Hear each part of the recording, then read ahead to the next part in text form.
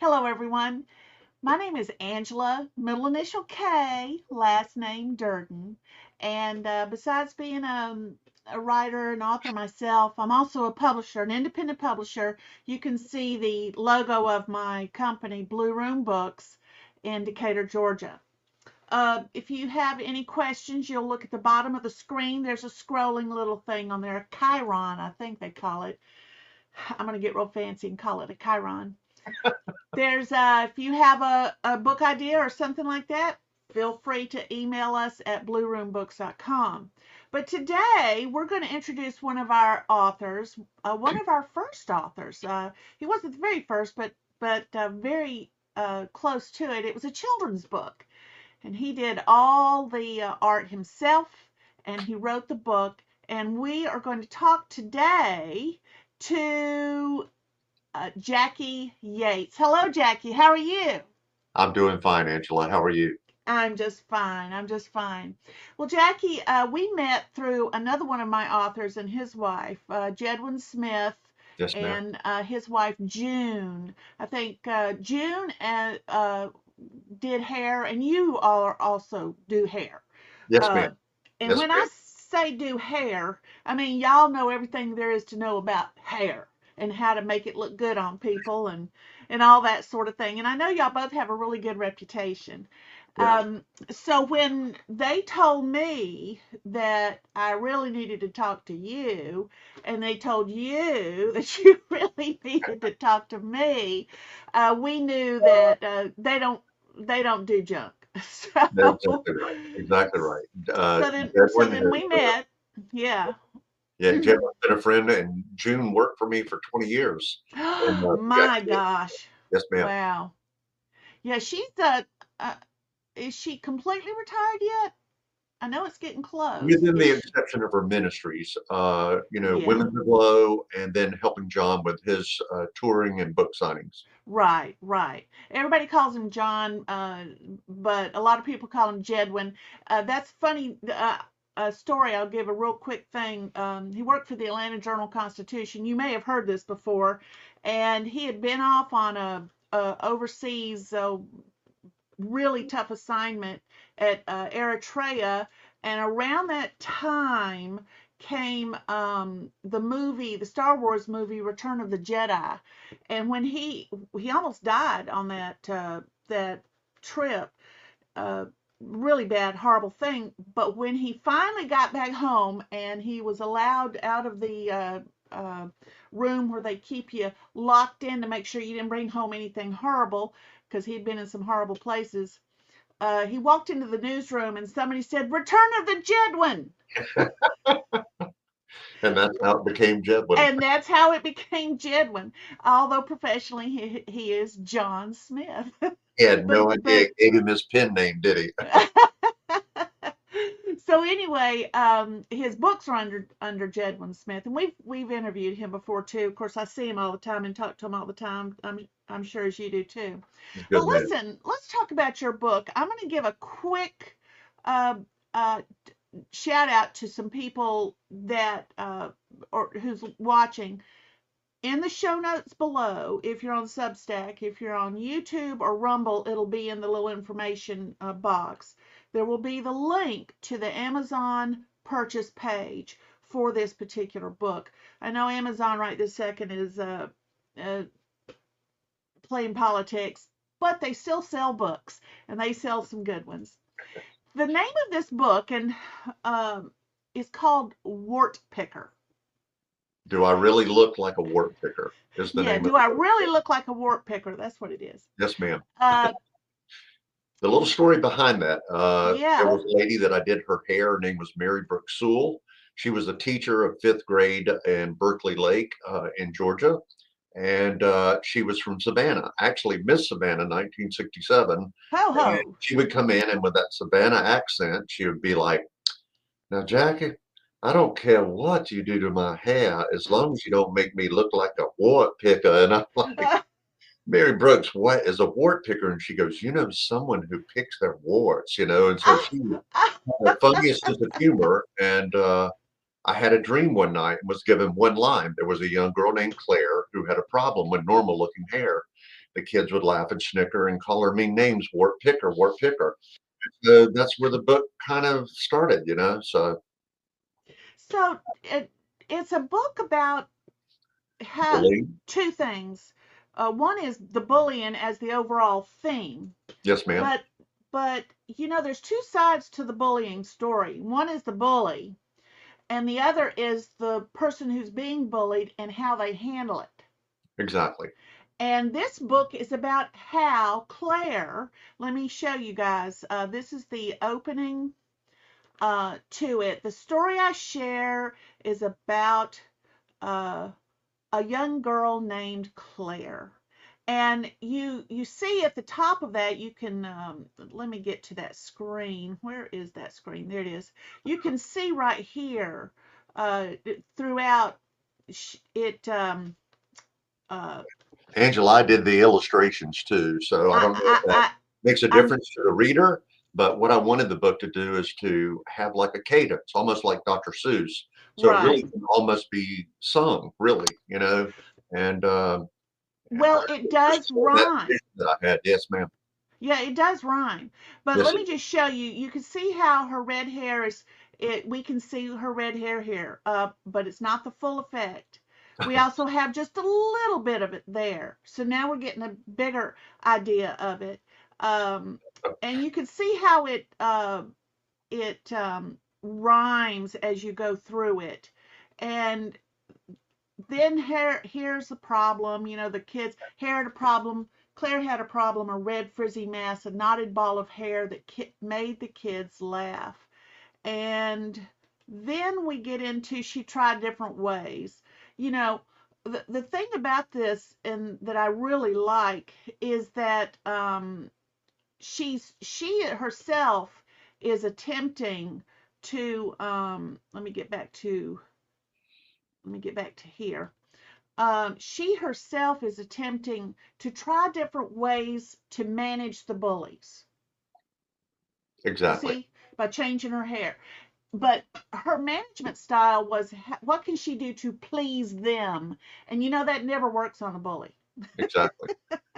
So the main her motive is to go on a search to Mm-hmm. prove to these bullies that even though she may look like a wart picker, it's not all that bad. You know, we all look different in this world, and we all deserve to have the same empathy and love in this world. And so she kind of from a victim becomes the hero or the conqueror, and goes Right. on this search to be able to prove that even though she looks like a wart picker, it's not all that bad. It's not all that bad. Not a bad And thing. so I'm just going to kind of bump through just so y'all can see just a little bit of it. But you can see the adventures that she goes on, and it's all in rhyme. And I really like that. Um, uh, Clicked on the wrong thing. There we go. And I really like that. So when people read this book, have people been having what kind of response have they been having to it? Actually, you know, in lieu of the fact that I'm still doing hair, uh, the people that have done the most purchasing are actually coming into my salon. Technically, I've not had what would be called a um, documented launch for the book. Uh, Really, I've just yeah, you know, it's but there. people are still buying it, and people are still Oh, talking to sure. you Yes, about it. ma'am. They are. Hmm. And you know, the children, I asked that the moms would send photos of children that you know, have been reading the book or doing it, and it's humorous because the kids, the moms and dads have been sharing with me that, I mean, it's like, okay, I'm tired of it. You got to write another one, or I'm tired of going through the wart picker. And so anyway, it's been wonderful, and I look at it almost like a ministry, will really, because I think children are picking up on it, the meaning. Yeah, yeah. Um, I understand about the idea of the ministry part of it because uh, there was a time when if you sent your kids to church, you kind of sort of knew they were going to get certain lessons taught, and that those lessons would be also kind of reinforced in the school setting. And we're finding that the school setting has gone, not every school and not every teacher, but unfortunately, the powers that be within them have gone full radical in a lot of instances. And Exactly. these reinforcements of good ways to handle things, hopefully they'll be coming back, but it's going to be a huge amount of I have a re-education lot of of those people. Yeah, have a lot of teachers that come in and their abilities, I suppose, as far as disciplines, have been so uh, repressed in lieu of the fact that the school isn't fearful of anything. I mean, there's a lady that lives across the street from me that basically said that a teenage kid called her fat and I can't say the language, but an old bee, and she was not able to do anything. I mean, that's why I'm not a teacher, because I believe the child would probably, or the kid would be in some sort of traction right now, because it's just, I was taught respect at an early age, that we're supposed to respect our elders, and it was done yeah, with a firm hand. So that is gone today. So I believe that in that repressive, if you will, authority or their ability to discipline, you're seeing more and more bullying.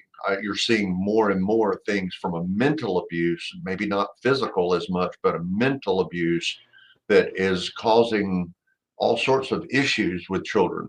yeah, I hear it all the time. I mean, even yeah, from the teenagers that I do their hair and stuff. Something that is, and they hold it inside. They don't like Claire become the hero and go out to try to find uh, their conquering route, for their life. yeah. So yeah, Well, I grew up in a really abusive family, and it was many years. I mean, from the time my stepfather, when I was 2.5, came into our family, until, well, I was already married, and not long after that, he died, but he was still abusive, though I moved out and told him he couldn't do that no more. yeah, But, but the thing is that the younger it starts, and the less experience you have in dealing with humans, you assume it's your fault, and you try to find a way to fix it. And as a child, for the most part, they're going to come up with the wrong ways of fixing it. I did. I thought I was brilliant.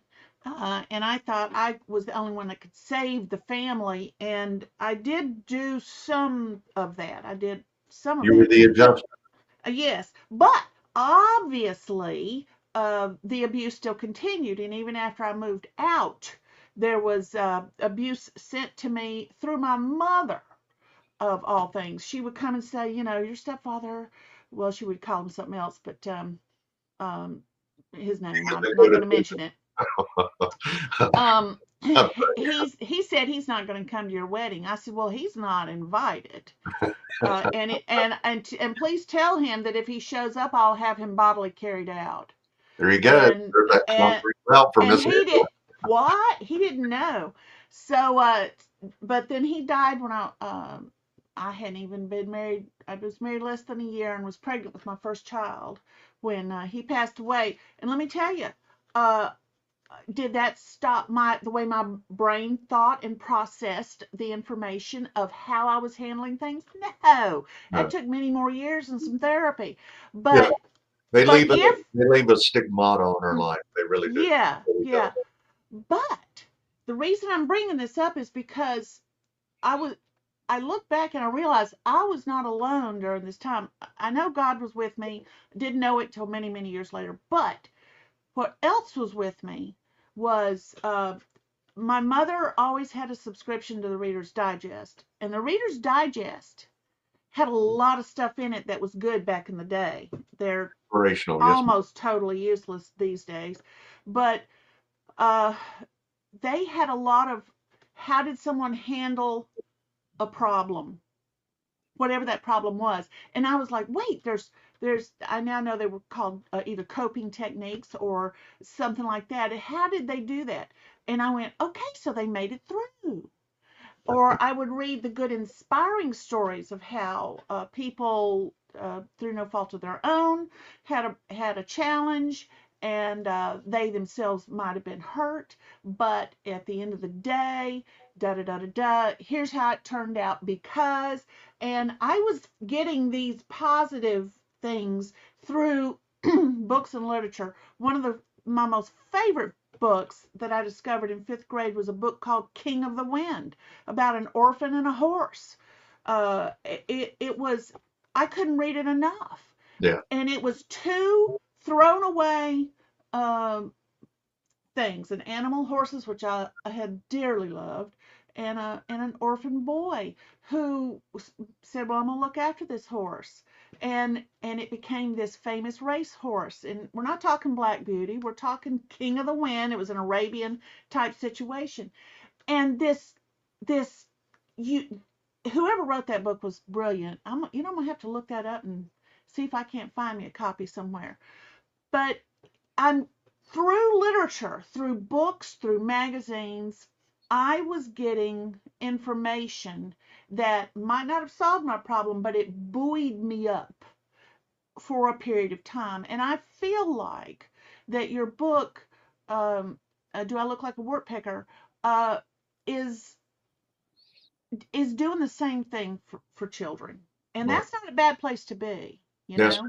That was my hope. That was my hope and Mm-hmm. my prayer that it would be able to offer um, an avenue for conversation, not only Mm-hmm. with parents and the children, but also with anyone that would be, their respective elder, I mean, a teacher or whatever, so that they'll at least know that there's a way, there is a way to conquer, the bullying. It's simple. You just have to know that you have a worth in this life and you have a value that is might just be a threat to the bully, Mm-hmm. because you have this unrelenting achieving ability for whatever your gift may be in life. It can be you're great in math, you're great in English, you're a good painter, or someone who can sketch well. Uh, and just because you look a little different, that puts you in an outcast or whatever. So, uh, as the book continues on to the end, it basically shows that we're all different in this world, Mm-hmm. this one and the other. But, Yeah. in God's eyes, and under that, we're all of one creation. And, it really, because I was bullied as a child, and it really kind Mm-hmm. of added some closure to my life, because it helped me to review back on what was my course of being able to overcome those bullies and to be able to be a success, not only in my hairdressing that has been 41 years in length, but hopefully the bridge that I'm building to be an author where I can finally sit down. And, and paint too. I paint, but I think I have a voice to be heard, and this book is definitely something I think that is a good instrument, if you will, or a tool to be able to help young children truly be able to face what bullying is all about and how Right. to overcome it. Right. Right. Well, I as an independent publisher, I don't have quarterly stockholder expectations to meet. Yeah, I work for myself. I have an editor who works with me, and he does it for the love of making sure good things are out. If he hates he hates bad writing, uh, also, and lazy writing. A lot of it's just lazy because they haven't learned how to use anything. I like punctuation. I just put out I'll try to remember to put that as a link in there too. I just put out a 5-piece, 5-part video series called Punctuation is Power, based on what I used to do when I would go into the schools as a consultant, back when they had money to do that. And challenging a child was still considered a okay. by the powers that be, and it had great success. So I'll put that link in there too because uh, a lot of people, you know, your book rhymes, and in rhyming there's a cadence, and it also the cadence is managed by not only where the line breaks, but where commas are put in or periods are put in. And a lot of people don't know how to use commas and periods. And they use them at the wrong time, and they worry about their use of them before they've hardly started writing. I mean, they'll write a sentence and they'll go, have I punctuated it properly? Because the teachers beat them over the head with punctuation. But punctuation does not have power if you're using it at the wrong time. It's like a baseball guy up there and the ball's coming and he decides to scratch his head and he's holding the bat, or he wants the ball to come and he's so excited about it that before it's still in the glove, he's already swinging. The power that he has been wasted in both instances, Yes, ma'am. um, and he's not going to make a run. Yeah. It's the same way with punctuation. So your book, there, if I remember correctly, there was hardly anything I had to discuss with you about that sort of thing. There was a I was hoping I some. could extend a compliment right here too, because Angela, you were amazing at being able to make me aware of something that I hadn't even thought of. There was a valuable change because the way an area of it was written, it had a leash around the work picker's neck. And Mm-hmm, we changed that because you said that it may insinuate something that is not right.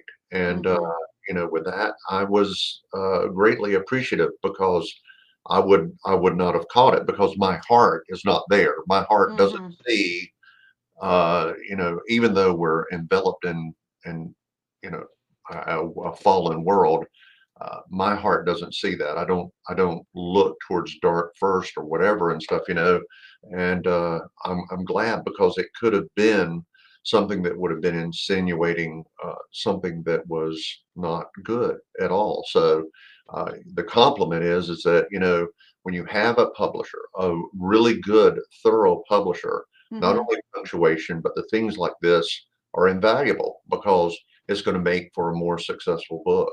And Well, thank you. I yes, appreciate ma'am. that. I Mhm. do. I really do. Well, listen, I'm trying to think. I know the book is really good, and folks that are watching, y'all really should, if you've got kids especially, young kids, young kids are not put off by stories like this because they they're visual, and this is a highly visual book, and it will allow their minds to really just kind of roam free, and that's what you Yeah, want to do. You become know, a part of the story. Yeah, yes, and that's what they will do. And then eventually, after they read it several times, I know some parents are like, really, do I have to read this book again? But you see, to the kid is not reading. As adults, we may take in all of it, and we got it. yeah, Kids don't read books like that. They take in, especially picture books with text. The parents are reading it, but the kids, they might be hearing that, they're but looking. they're seeing all kinds of stuff because their minds are being fed things they've never seen before. And they're growing their body of knowledge. And so the more they read it, the more they're growing that. And the more they're putting the pieces together so that eventually one day they'll go, wow, I got the whole book. Yeah, Now they see the whole picture. or I And can be like Claire and overcome this situation that's happening to me on a regular basis. yeah, yeah, yeah. That's what I'm Finally get saying it. is It's like, wait, Claire stood up. I can stand up. You know. right, exactly, exactly. So, so I really loved the book when I saw it, and that's why I said, you know what, it's worth it to me Yes, to do this thing, and let's make it happen, and it will have its good work in God's good time, yes, ma'am. and And Well, it was an honor that Blue Room chose to publish because I had sent out quite a few of uh, the resume, writer mhm, resume, and what the book is about, and all of that. And it was all children's, but they felt as if, for one reason or another, they didn't want to pursue it. So I was honored. I was honored to yeah. have Blue Room and embrace the book. Well, we did, and we have, and we do talk it up as when we can and how we can, and certainly hope that everything will move forward for you, and maybe you can write Yeah. Claire's next bit of the story. Sure, Uh, sure. Well, she'll have other adventures. I still have the one in the making that you said you were of interest to, which was Mm-hmm. going to be the Shampoo U, and being meaning university, Shampoo University, which is kind of Right. the behind the scenes of the hairdressing industry and stories from iconic I hairdressers know. in I the industry. know. It's almost coming up on a decade long power struggle in a way, but with that, like you said, in due diligence of God's timing, it'll come out. So I had to learn. It was a hard lesson to learn about God's timing yeah, because as a child, I learned very quickly to be the person that made something happen. Now, granted, as a kid in my family, I did not always make the best thing happen because I didn't have enough information. But that my general personality moves towards that way. I take after my father's side of the family, and they're all like that. Uh, but there's there's a point where you say, I just remember a man told me one time when I was working on a book, a memoir of my own, and he said, Angela, don't worry about whether or not it sells at some mega level.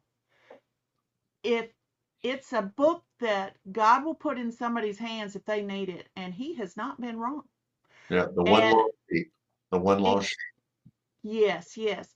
And so he said, let it do what God wants it to do, and don't worry about your ego. And I had never thought No, that I um, was writing this for my ego, but obviously I was acting like that. well, we all would love to have that lightning strike like Harry Oh, sure, Potter or yeah, whatever and stuff, yeah. but it's like uh, I had a very wonderful inspirational painter named Eric Wall, spelled Wahl, and he is a painter, inspirational. He does huge seminars and gatherings from anything from Microsoft to Chick-fil-A to Nike, all of these things, and the guy is amazing. But even world renowned, traveling around and stuff, he sent me a letter because I had sent a letter to him.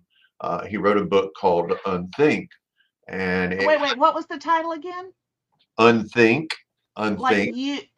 Unthink? Yes, ma'am. Unthink. Unthink. Yes, ma'am. Okay. And it basically tries to get a person back to what we had to do in our life to what we wanted to do as a child. It kind of explores that dream world that children live in. Yeah. And but he sent me a thing. I had sent him a letter stating that I wanted to be a painter writer, and I'm really working hard. Is there any points he could give? And his letter came back, and the reply was, just start writing, just start painting. If anything comes along with that, there's just gravy on the potatoes. But if you want to be a painter, if you want to be a writer, start writing and painting, and the rest will follow after. And that's pretty much what you just, said, and so I know that I'm not finished yet. I mean, okay, I'm 63 years old, and I have done hair for 41 years. That'll be 42 in November. Mm-hmm. God's not finished. I still have a purpose left. I feel this passion or this heartbeat inside of me that wants to give it to the world, and so Yeah, I'm just going to keep doing it again and again and again, I and know. eventually, when that that sequence.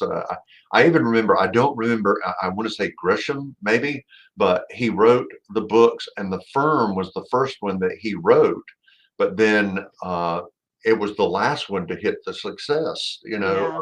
of some of his major movies like The Patriot and Patriot Games, and some of the other ones, Hunt for Red October and all of that. So, I mean, who knows? The lightning could strike. Well, I you're really talking about look like a wart you're picker, so yeah, I don't think John Grisham wrote The Hunt for Red October. That was somebody else. But he had a series of attorneys, things like the Lincoln Lawyer and stuff like that, and now something my in, point is, whatever it was, yeah, whatever those first were. one he Yeah, wrote was the last one that found its success. So, yeah, and led the way for others to do so. yes, ma'am. Um, you know, uh, I think as a creative person, because hair is definitely creative, and so you're getting some of that creativity out in helping people with that. But for me, I say that my blood uh, is words. And if I, there was a time when I could not get out a lot of writing because I was having to work, make some money, put some money back, pay off the house, that sort of thing. And all my life, the ends of my fingers, right, the tips, they would swell and throb. And I found out once I started, I got to a point where I could concentrate on actually writing, not writing for other people. Writing for other people is not the same thing as making up the story and building this world of your own. And that's part of the writing process. But when I started doing that, and I'm doing enough of it, do you know the ends of my fingers don't swell and throb anymore? And they would be swelling and throbbing, and I would say, I don't know why, but I've got to get, and I would start writing, and about 30 minutes later they would stop swelling. So we even have physical responses Yeah, to not being able to at least do, whether it pays off or not is not the point, at least do the creative things that are in our soul. that's right. Gosh, that brings up a whole nother subject. Okay, Jackie, what do you think about this? There's a lot of people that have a lot of creativity, but don't allow themselves to even try because they've been told they can't. Oh yeah. Well, uh, technically, that's a bully too. You know, that's a Can bully. you, let's take this a little further. What if there's people that are creative and they've been told that they can't, and so they stuff it down and they get physical symptoms? At least it was just my fingertips that ached. What if there's a lot of disease paths in the world because people have believed the negative things about themselves? Oh yeah, exactly right.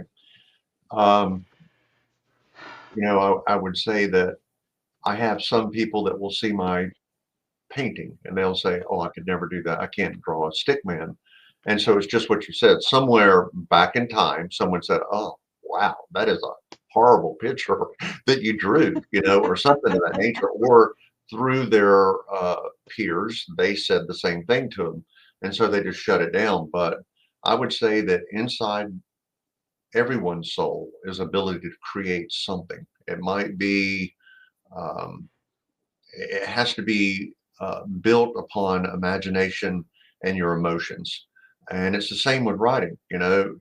You have a scenario that, uh, like for instance, I had a praying mantis hitch a ride on my rear view or the side mirror on my Durango. And I went over to work out and to the gym, and the little praying mantis went on there, and I went in and worked out about an hour and a half, came back out. He was still there. I rode him all the way back home and he was still there. I let him crawl on my hands on and put him on a bush there in the yard.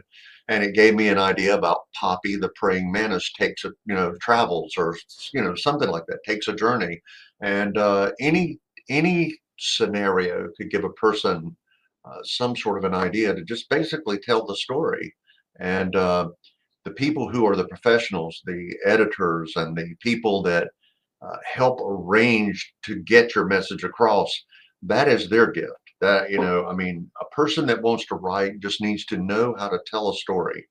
A story can be you were stuck in traffic. A story can be uh, the drive-through at McDonald's where the gentleman that was uh, he had special challenges, and yet his smile and his happiness and his joy was what he gave me for the rest of the day, you know, and that's just me telling the story of what happened. So anybody Right, can do that. There's creativity in us all. right, Yeah, right. Yeah, this it's a huge subject, and I think in the back of my head, I've especially with the Maha thing that's going on now, the Make America Healthy Again movement. yeah, There's been a lot of people that have been wanting to do that, and now that there's a such a public face to it, it's really taking on. It's motivating all the people like me who've said, "Yeah, I don't think I'm gonna do that, doctor," because they're recommending something I really didn't need or couldn't tell me why I needed it.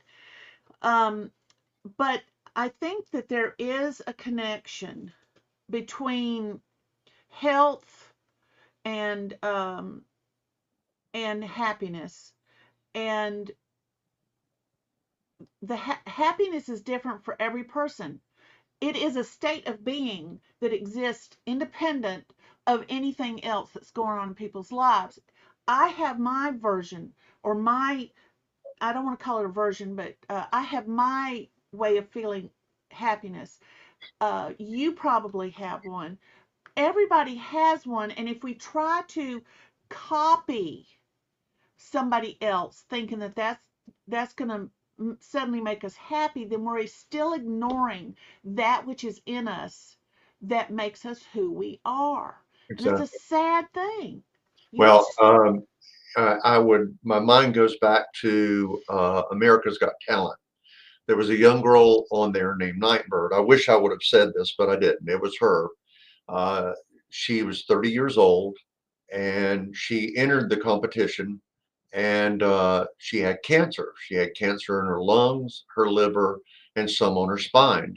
And wow. so she sang a original song called "It's Okay." Now, I think the video on YouTube has got now millions and hundreds of millions of hits. But anyway, she said something to Simon where he says, "Well, you're not okay." Uh, she replied, "You can't wait till the bad things in your life are gone before you decide to be happy."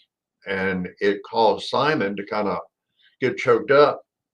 And one of my clients, Chrissy O'Neill, used to babysit this young lady that went by the name Nightbird, and she had to drop out of the competition and eventually passed away from her cancer. But when she finishes her song, she was given the golden buzzer that she would go straight to the finale. And she's walking off, and she tells the host, "I 2%. I have a 2% chance of living. The 2% is better than 0%." And she said, "I wish people could experience that because life has a happy meaning." And I'm gonna go to YouTube, and I'm gonna find that link, and I'm gonna put it in the show notes too, okay? wonderful, So yeah, wonderful. yeah. I did not had not heard that. Yeah, And so I'm probably going to really enjoy watching it myself.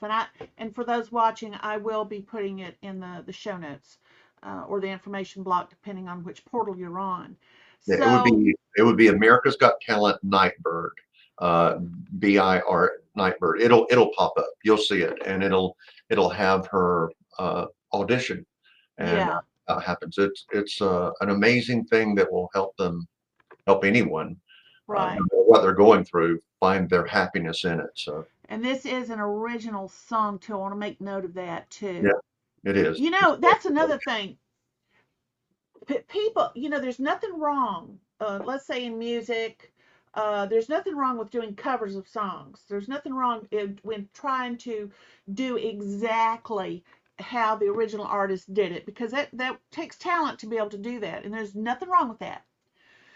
But people are so scared to present their own original song because they're being told that it won't sell. It's not commercial, whatever in the hell that means. Because let me tell you something. What's that Freebird? Leonard Skinner, Freebird. They were told, nope, too long, can't do it, can't put it on the album, can't play it on the radio. I've heard the extended version on the radio, the in concert 16-minute version on the radio because it's that darn good. yeah, And so when we take the advice of those who claim to be the experts, well, they're looking at the dollars and cents only. Where's the heart? Does it have heart? yeah, If it does, then let it out to see what it will do. yeah. You know.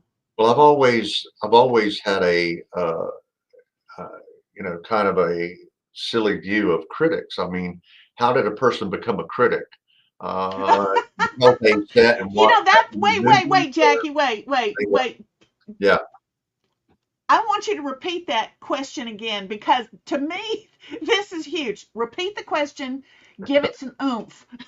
Well, I basically just said, I've always wondered in my mind how a person became a critic because, I mean, did they just sit in movies for all their childhood or whatever, and that gave them the opportunity to do this? Did they have some form of degree at being a critic? Because to me, a critic is someone who couldn't do what someone who is creative does, either a movie maker or a writer or a painter or Mm-hmm. a publisher. We are doers.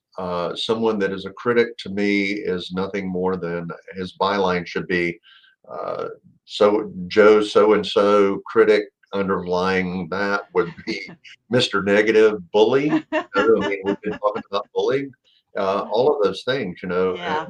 I just never understood it. Siskel and Ebert, I mean, it was like, who gave them the right to just, slam someone who poured their soul out on film or a book or a painting? And have you ever noticed that for the most part, the things that they do this to end up being the favorites of the majority of moviegoers? I Have know. you ever noticed that? The ones that wins the awards, I'm like, tried to watch a few of them. They're like, wow, that's not, Did you hear the latest about the Oscars? no. The latest about the Oscars is that they are now changing their rules. Anybody who is a voting member, hold on to your hat if you have one, is now required to watch the movies in the category they're voting on. Hmm. Required to watch. Wow. There's a lot of people in the industry very upset about that Yeah. because they're like, if you have to make a rule and you have to be able to prove that you watch something before you can vote on it, what in the hell have you been doing all the rest of this time? Yeah, right. And these people that have won Oscars and these movies that have won Oscars, based on what if you didn't watch it? I don't know, the press, that European press or whatever it is, the press, that so to speak, maybe that's all they do. And sit I, there and watch the movies. I have no idea, but yeah, I don't know. I was going to share something with you. I know that Okay. might be drawing to a close. I wasn't really sure how long this would take, Miss Angela, but I wanted to share this back in what you were saying well, kind of all of what we've been saying, but an inspirational speaker, Doug Cox. This was early on in my industry. He is retired now. He does podcast and that sort of thing too, but amazing man.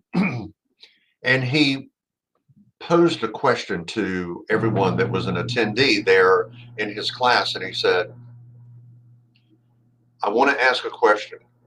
Where is the richest place on earth? And someone, of course, said, over in Arabia, the Egypt, the oil countries, Nope. He said, another person said the Japan, all the technology and things like that. Nope. Another person said Silicon Valley, the computers, the IT age, blah, blah, blah. Nope. And finally, when we had exhausted our, guesses, he said the richest place on earth is a graveyard because there is a novel that was never written, there was a masterpiece that was never painted, and there was an invention that was never invented because those people felt by either an outside source or whatever they couldn't do, and they never did. Wow. Wow. We have those benchmarks in our life or those things that mark our life, but that was a big one for me. So I hope that there will never be moss under my feet, and I hope I will keep whatever these ideas are. I hope that I never let them just go undone. Right, right. Well, I'm glad you said that, and not trying to hurry us up to stop, but it's a good spot to end because that was awesome. Well, Miss Angela, I appreciate the opportunity. I kept looking down here on the bottom of the thing, hoping that someone would send in a question or something to chat with the studio there, but they have not. But maybe they will get in touch. I know that the scrolling banner at the bottom here has my email on it. I would be honored to answer anyone's questions or to be able to help you know a little bit more about do I Hmm. really look like a wart picker? And Hmm. so will Angela, as far as if you feel like there's a story inside of you to publish or to write and hopefully get published. So yeah, I thank you Yeah. for the time, Angela. I really do. I've very much enjoyed it. We need to do lunch again. It's been way too long Exactly since right. we did lunch Was last. it was it the King? Was it the B King? Yeah, yeah, yeah, BK? yeah.